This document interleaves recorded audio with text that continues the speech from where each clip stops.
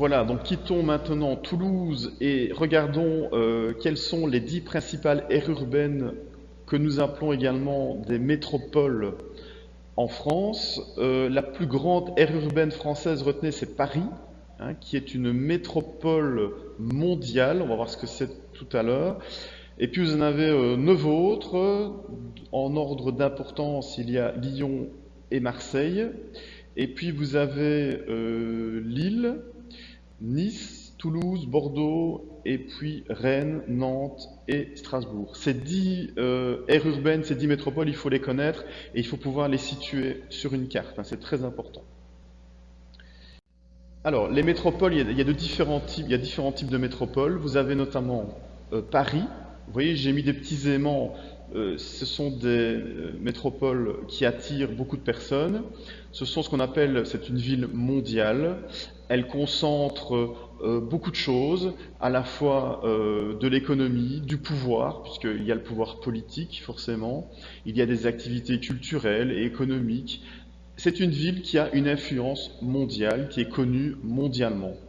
Puis vous avez les métropoles européennes qui sont un petit peu moins importantes. Vous avez Lyon, Lille, Strasbourg, qui sont très peuplées et qui ont une attractivité et une influence à l'échelle européenne. Donc elles attirent des gens, mais plutôt au niveau européen.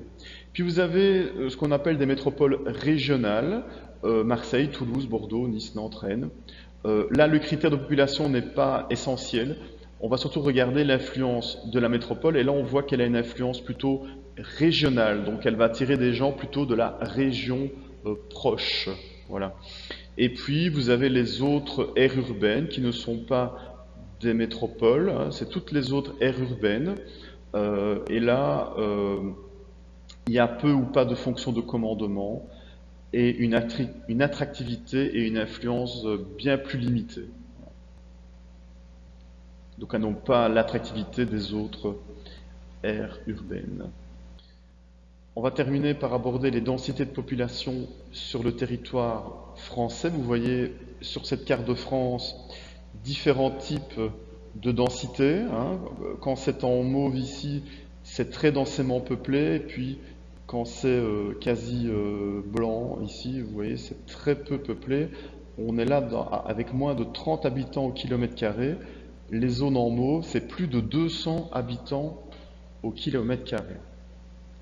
Alors, retenez, c'est très important, que la population française est répartie de manière inégale sur le territoire français. 60% de la population occupe 8% du territoire, donc c'est pas beaucoup, hein. Donc 60% des gens occupent seulement 8% du territoire. C'est-à-dire qu'il y a une concentration de population à certains endroits en France. Vous aviez dû réaliser une carte de synthèse là-dessus. Cette carte, il faut vraiment bien la connaître. Retenez que, en résumé, les zones qui sont très densément peuplées, c'est le long des fleuves, dans les vallées fluviales. Les littoraux, ici, la Bretagne. Il y a également la vallée de la Seine et Paris. Le nord de la France, Lille. Le nord-est. Et puis la vallée du Rhône, Lyon, la vallée du Rhône. Et puis le littoral méditerranéen. Quelques petites zones aussi très peuplées du côté de Toulouse, du côté de Bordeaux et le Pays Basque. Ailleurs, on a des densités moyennes, donc ça reprend plus ou moins l'ouest du pays, sauf les zones très peuplées ici, hein. Et puis une partie de l'est, et puis ailleurs c'est très faiblement peuplé, densité faible, donc c'est le centre ici de la France.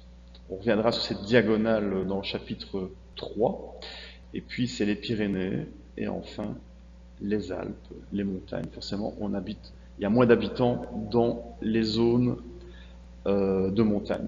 Donc, forte densité autour des grandes métropoles, le long des vallées fluviales et près des littoraux. Par contre, il y a des endroits qui sont de faible densité. Ils s'étendent des Pyrénées jusqu'aux Ardennes. Ils correspondent surtout à des régions rurales et agricoles. On verra ça au chapitre 3 du cours. Alors, on voit quand même qu'il y a aussi des flux de migration en France. Il y a de plus en plus de gens qui quittent Paris hein, puisqu'ils préfèrent aller habiter à proximité d'autres métropoles plus petites. Il y a aussi des personnes qui quittent le nord et le nord-est de la France pour aller travailler à Paris, par exemple. Mais c'est vrai qu'il y a beaucoup de gens qui quittent parce que bah, la vie à Paris est compliquée, chère, stressante, donc il y a beaucoup de gens qui partent. Et il y a aussi des personnes qui aiment bien aller dans le sud parce qu'il y a du soleil, donc il y a aussi cet intérêt de se déplacer dans le sud, aller habiter dans le sud de la France.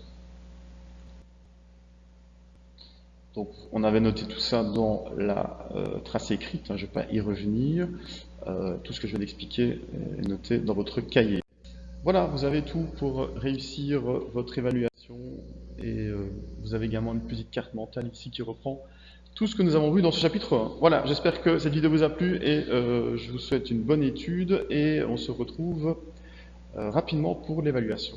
Bonne journée.